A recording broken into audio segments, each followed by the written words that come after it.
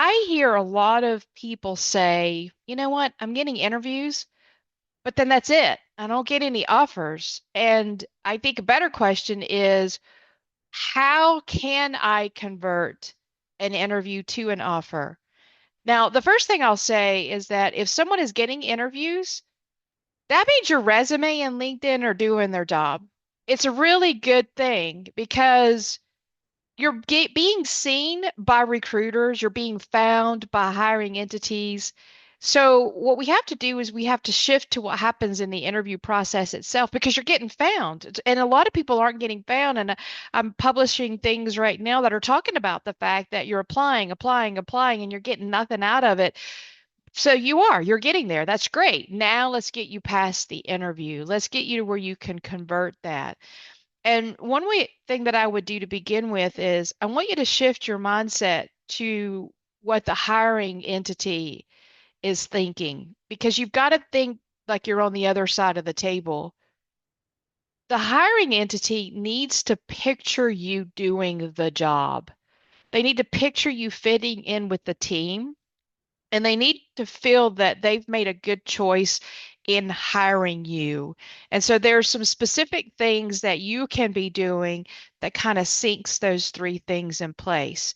So let's talk a little bit about some basics. So behavioral interviewing. Now, some people might say, okay, behavioral interviewing isn't basic. It is. In today's market, behavioral interviewing is very basic. Most interviews at the time you get to the interview is going to be some type of behavioral in nature. And that by that I mean that they're going to be asking me to tell me about it time type situations. And when you're answering behavioral interviews, if you are providing enough specifics or details, that it's going to cause a lot of flags with hiring managers. And we coach a lot of candidates on this whenever we prepare them for interviews with our clients. Those tell me about a time scenarios that to me, there's only really two basic rules for behavioral interviewing, basics. If I'm going to dumb it down for you, for everybody. First of all, I always use a real example. I know a lot of individuals will give hypothetical. For example, tell me about a time where you were dealing with a team member who wasn't doing their fair share. Okay. Well, I would tell them, or I would pull them off to the side, or I would do whatever. That is not an appropriate answer. You need to give a real scenario because when you give a hypothetical, often what happens is the hiring manager is thinking that either A, you've never experienced that situation before, and if they're asking the question, they need you to have that skill. Or B, you don't feel confident in the way that you handled this scenario. You've got to be prepared to give real life examples. And we have on both the coaching site and our CRA resources blog site actual questions. We have a behavioral interview worksheet that has actual questions that you can use to prepare so that you can come up with these real examples because those are really important to give a real example.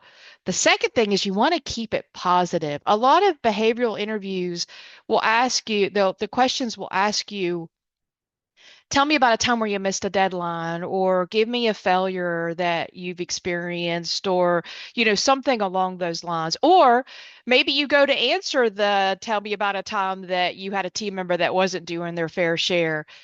And you start explaining a scenario and you over explain. You maybe share information that you shouldn't. I had a guy one time that I asked that question and he said, yeah, well, I went to the site. The site was really behind on data entry. And I talked to the coordinator about it. And what I found is that the coordinator's son had been on drugs and the coordinator had been missing a lot of work. And I was already in my head, I was like screeching, stop, no, stop. Because I'm like, okay, yeah, I'm out. Because this is gossip. I don't need gossip. I just want the scenario, right? So the coordinator was behind. She was having some personal situations. So I worked with her. What did you do to fix it? Right? You missed a deadline. What did you do to fix it? You had a failure. What did you do to fix it? You don't want to overshare so that you're getting into gossip or negative or whatever. Be very clear if you made a mistake, own it, but then shift it to the point of what you learned from it. What did you do to fix it? How did you communicate the error?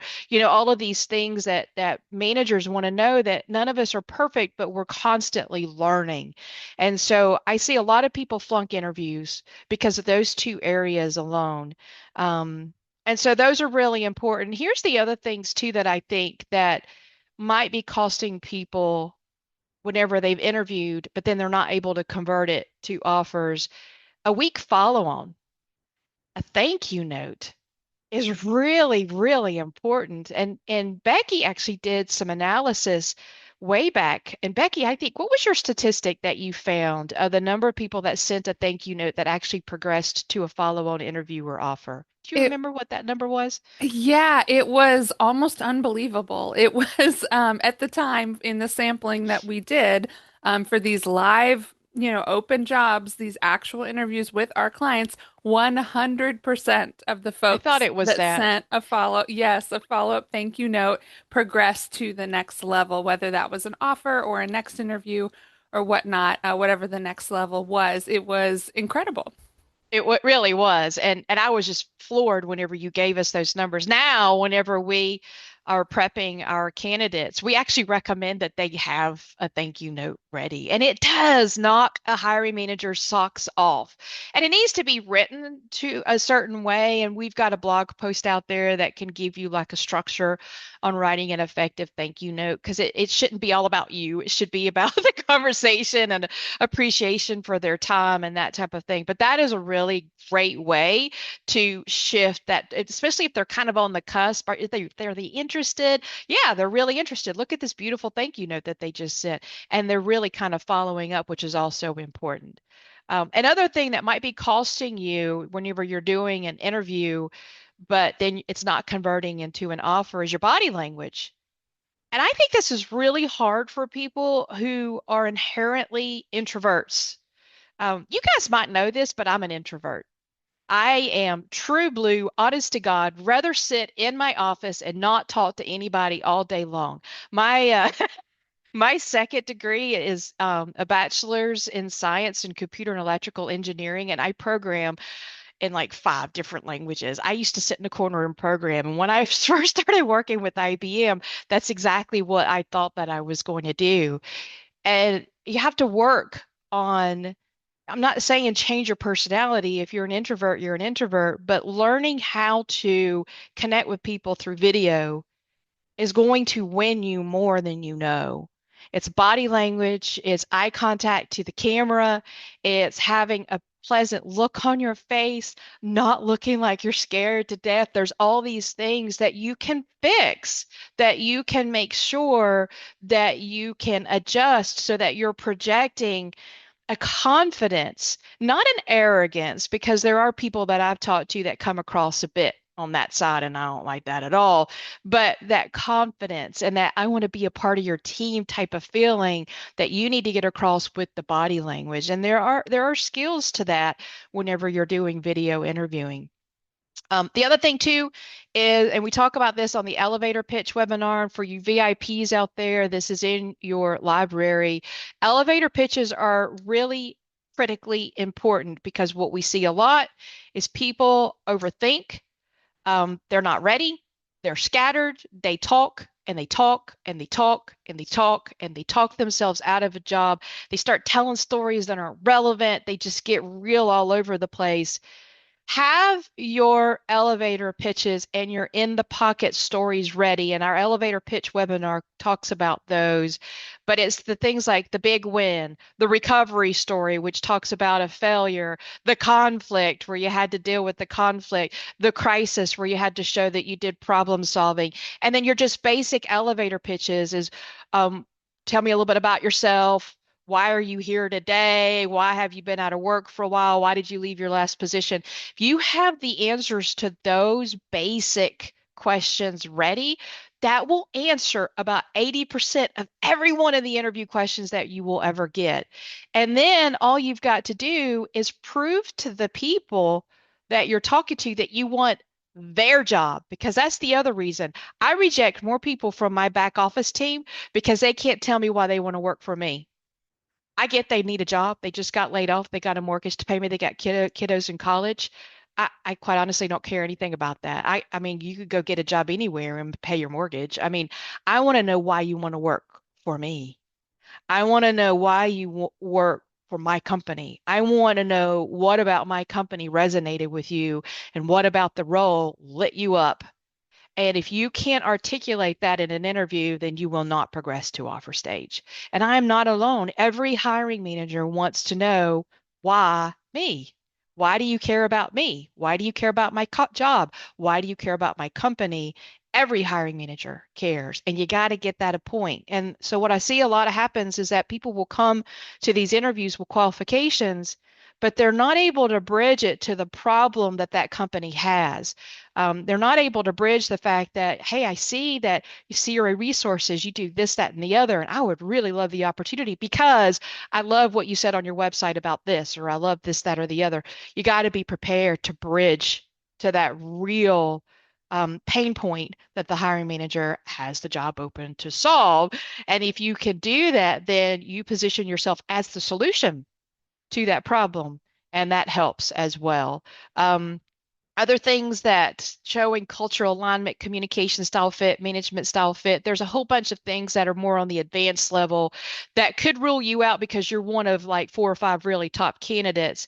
Um, if the interviewer doesn't feel like you're adaptable, coachable, those types of things that can hurt too. Those are a little bit harder for me to do broad brush on, but the ones that I've talked about so far are really good options for you guys to kind of dig into if you're winning interviews but you're not converting them to offers. Now, if you're a DIY person and you want to kind of see if you can fix this yourself, we have all these resources I just mentioned. Between our blog site and the VIP library on our coaching site, we have all those webinars. The ones that are going to get you there the quickest are going to be cracking the code on behavioral interviewing. You got to be able to nail your behavioral interviewing. The ABCs of interviewing, that one is out there. It's really good. We've got the elevator pitch ones. There's like a whole host of those so that you can go out and take a look at them because your goal really, it's about packaging. You got to show proof that you have the skills and competencies they care about. You got to show that you fit. And you got to show trust. Trust being that they're here because they chose to be here. And I could trust if I hire them, they're going to stay because that matters. From a hiring perspective, it matters a lot. So go out and take a look at those specific resources. If you've done that and you're still struggling, what I would recommend that you do is consider some one-on-one coaching because what we could do is we can actually go through some of the interviews that you've had, some of the questions you were asked, how you answered them, how you presented, and really dig into what the specifics are. Because if you're getting interview after interview after interview, but no offers, then there's something in the package. And let's just go figure it out. So, but I tell you that you could probably break it into like four categories. How good of a storyteller you are, how enthusiastic you are, how aligned you are, and then whether or not you're risky. You know, those people that say, I just need any job, they're risky, right? So, you know, if you can kind of hedge up those four areas, then your interviews are more likely to convert into an offer. So, thoughts, comments. There are also a couple of roundtables out there to where I actually interviewed my team. So I did the main ones. I think the one that how to ace is more of an instruction, but I think there's a couple of examples out there too. But There you are, guys, yeah. yeah, yeah. So you guys, once you get on our blog, go play around with it. There's actually an interviewing category, and I'll just share real quick and show you. So um, I've been writing for this blog since, oh, let me show you. You see all these on the right hand side since December of 2010. And so you can see I mean, there's a lot of information out there. And we have these subcategories. These are all of the subcategories. And we have a subcategories on interview tips. And if you just click on the interview tips, you're going to see, and of course, it's from oldest to youngest. But I've also coded in a wiki here. And so you can just type in behavioral interview if you want. And this, of course, is our regular blog. We have some on our coaching site too, but this is the worksheet that I talked about. So if you go into this worksheet one, there's actually a link here that is an actual downloadable worksheet that has all of these potential questions. Tell me about a difficult situation. I'm actually telling you what they're looking for. What is the best decision you've made this past year? I'm telling you what they're looking for. So this worksheet is really good if you want to, and it gives you all these different categories: analytical, problem solving, communication skills, creativity. I mean, you name it, goal setting, all of these little areas that hiring managers care about. And I've given you example questions for each that you can use to be able to answer them. And so that's going to be really helpful as well. That's a big one. But there are a lot of two simple rules. I just kind of went through those. Always use real examples and turn it into a positive. ABC, all of these types of things. But you can also, the other one I think that is really important is the elevator pitch. You tell I looked that one up. And those are some of the ones that Becky just shared. So here are some examples. These two right here are where I actually interviewed my team. It was one big long round table, and Becky split it into two. The one she shared is the use an elevator pitch to ace your interview. But know that these two are out there, and these are real examples. I actually interviewed my team with some of the primary questions that you guys will always be asked. They answer them. And not only did they answer them, but they explained to you the mechanics of how they came up with the answer, the recipe, if you will, on how you can come up with those elevator pitches. And then, of course, again, for those of you that are VIPs, in our VIP community, in that library, there's an elevator pitch webinar out there too that will help you get prepared.